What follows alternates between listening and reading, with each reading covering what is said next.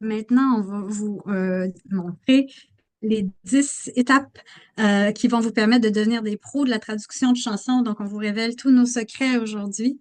Mais juste avant, donc, pour vous aider à comprendre la suite, pour chacune des étapes, on va présenter toujours un exemple avec la version originale en anglais, hein, sont toutes en anglais.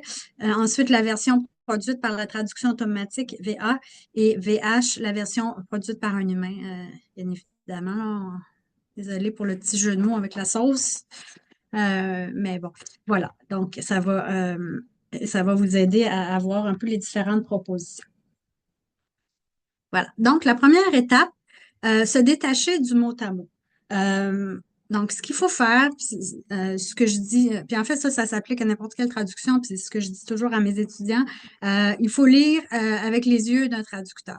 Donc, c'est-à-dire qu'il faut décoder, analyser, décortiquer la chanson pour essayer de voir quelle est l'intention derrière les mots, pour découvrir aussi le thème central de la chanson et ensuite rendre le sens sans se coller aux mots. Donc, un principe assez général de la traduction, mais donc qui s'applique ici, c'est absolument nécessaire de l'appliquer dans ce cas-ci. Et ça va nécessiter généralement plusieurs écoutes pour vraiment essayer de trouver donc l'intention véhiculée, les émotions aussi qu'on veut transmettre. Et une fois qu'on a fait ça, là, on doit créer une histoire qui est similaire et qui va probablement s'éloigner un peu du thème ou pas. Donc, ça dépendra du style de chanson. Euh, donc, ça s'éloignera plus ou moins du thème, mais il est permis donc d'aller un peu ailleurs. L'important, c'est de rendre donc l'intention euh, en s'inspirant des thèmes qui sont là. Donc, on a un premier exemple. Ton micro est fermé.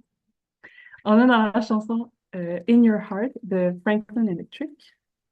It's your fault when your pride grows thicker than your skin. Dans la VA, c'est ta faute quand ta fierté devient plus épaisse que ta peau.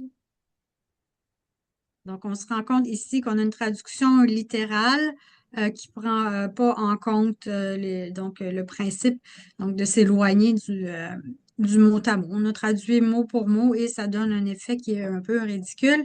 Et donc, voyons ce qu'Annabelle en a fait à la traduction humaine. C'est ta faute si ton orgueil prend toute la place. Voilà. Et on voit Donc, aussi que pride, ça peut se traduire par fierté et orgueil, mais nous, les humains, on peut faire la différence. voilà, le choix du mot juste ici.